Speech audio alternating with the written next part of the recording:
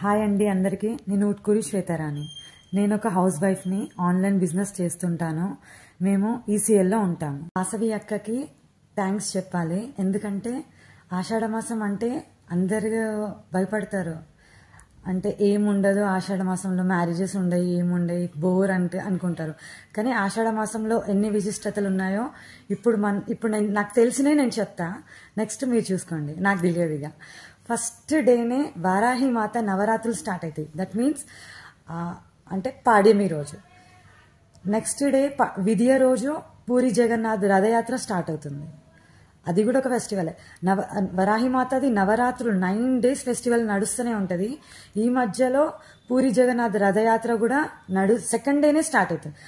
తర్వాత ప్రతి ఆదివారం ఆడవాళ్ళందరూ గోరింటాకులు పెట్టుకుంటారు.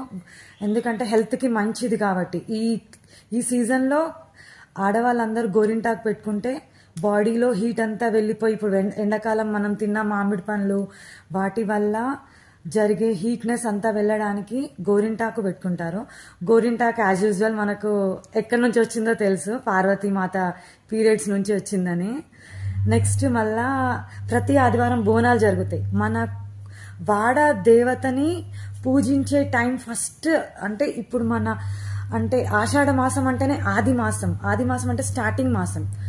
ఈ స్టార్టింగ్ మాసంలోనే వానలు పడతాయని మనం మన ఊరి దేవతలని బోనాలతోని మనం వాళ్ళని శాంతపరిచి మన హెల్త్ మంచిగా చూసుకోమని మొక్కుతూ ప్రతి ఆదివారం, మన హైదరాబాద్లో అయితే ప్రతి ఆదివారం ఒక్కొక్క దగ్గర బోనాలు తీస్తూనే ఉంటారు. ఇది 3rd వారం. మొన్న సికింద్రాబాద్ మాంకాలమ్మ గుడి దగ్గర అయింది. ఇంకా ఈ రోజు అయితే పోతరాజులు ఉంటారు, ఎక్దమ్ ఉంటుంది, మస్తు అనిపిస్తుంది. మళ్ళీ దీని తర్వాత గురు పౌర్ణమి వస్తుంది. గురు పౌర్ణమి వేదవ్యాసుడు ఆది శంకరాచార్యుడు వేదవ్యాసుని పుట్టినరోజు.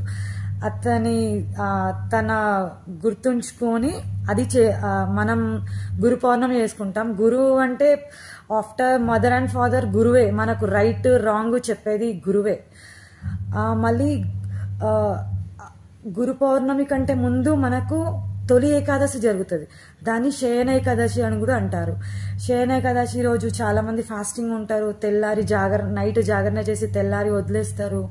మళ్ళీ చాతుర్మాస వ్రతం కూడా తొలి ఏకాదశి రోజే జరుగుతుంది. శయన ఏకాదశి అంటే మనకందరికీ తెలుసు, విష్ణుమూర్తి పడుకునే టైం.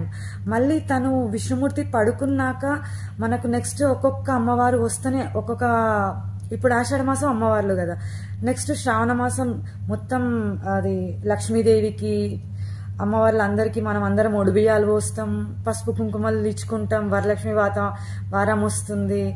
తర్వాత మళ్ళీ నెక్స్ట్ పండుగలని మనకు తెలిసినాయి. వినాయక చవితి, తర్వాత దసరా, ఇవన్నీ అయినాక మళ్ళా నవంబర్లో మనకి ఇది వస్తుంది.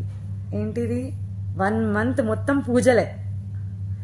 కార్తీక మాసం. మళ్ళీ కార్తీక శుద్ధ ఏకాదశి నాడు విష్ణుమూర్తి లేస్తాడు. ఆ రోజు వరకు మన అందరు అమ్మవార్లు మన ఇయర్ని మెయింటైన్ చేసుకుంటూ వస్తారు. నాకు తెలిసింది ఇది. మీకు తెలిసింది ఏమనంటే చెప్పండి. Thank you once again. Vasavi అక్క చాలా చాలా థ్యాంక్స్ ఇట్లాంటి ఆపర్చునిటీ ఇచ్చినందుకు. Thank you.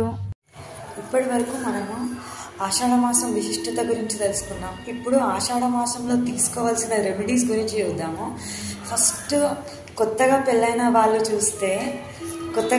వాళ్ళు ఒకే ఇంట్లో అత్తను అల్లుడు ఉండద్దంటారు. ఎందుకంటే కొంచెం ఆ టైం అంత బాగుండదు కాబట్టి. సూర్యుడు ఉత్తరాయణం నుంచి దక్షిణాయనంకి వచ్చే టైం అంత బాగుండదు, క్లైమేట్ అంత బాగుండదు. ఎవరైనా అంటే చూడగానే పాజిటివ్ ఒపీనియన్ ఉండాలి. అదే సూర్యుడు సౌత్లో ఉన్నప్పుడు అంత పాజిటివ్ ఒపీనియన్ మన మనసులో ఉండదు. అందుకనే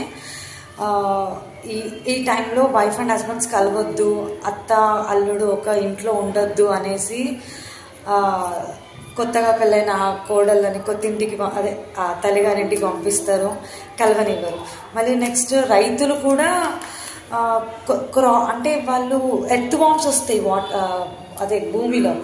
దానివల్ల వాళ్ళు అది అంటే ఎర్త్ వామ్స్ పడినప్పుడు భూమి లూజ్ చేసుకుంటారు. ఈ టైంలో వానలు పడే టైంలో ఆ టైంని వీళ్ళు రైతులు అనేది బాగా యూజ్ చేసుకోవాలి. వాటర్ ఇరిగేషన్లో వాటికి వీటికి వాటర్ ఎట్లా యూజ్ చేసుకోవాలనేది వాళ్ళు సేవ్ చేసుకునేటట్టు వాళ్ళ కొన్ని మెథడ్స్ ఉంటాయి. అవి మనకు అంత పర్టికులర్గా తెలియదు. అది ఒకటి. మళ్ళీ పిల్లలని ఎక్కువ బయటికి వెళ్ళనివద్దండి. ఊరికేనే వైరల్ ఫీవర్స్ అటాక్ అవుతాయి. కాబట్టి పిల్లల్ని బయటికి అస్సలు వెళ్ళనివ్వద్దు. కొంచెం చాలా అంబ్రిలాస్ యూజ్ చేయాలి, కొంచెం స్వెటర్స్ అవి ఇవి యూజ్ చేయాలి, హీట్ వాటర్ ఎక్కువ గోగ్లింగ్ చేపియాలి, కొన్ని చాలా రెమెడీస్ యూజ్ చేయాలి. మళ్ళీ అదిగా మనం న్యాచురల్గా ఎక్కువ కొంచెం ఈ మిరియాల చారు, మిరియాల కషాయాలు ఇవన్నీ కొంచెం తీసుకోవాలి. ఎందుకంటే థ్రోట్ ఇన్ఫెక్షన్స్ చాలా వస్తాయి కాబట్టి ఇదొకటి తీసుకోవాలి. కానీ ఆషాఢ మాసంలో అన్నీ మనకు చూపిస్తుంది, even positive and the negative. కాబట్టి మనం రెండు యాక్సెప్ట్ చేయాలి ఈ మాసంలో. నాకు తెలిసింది ఇదండి. Thank you.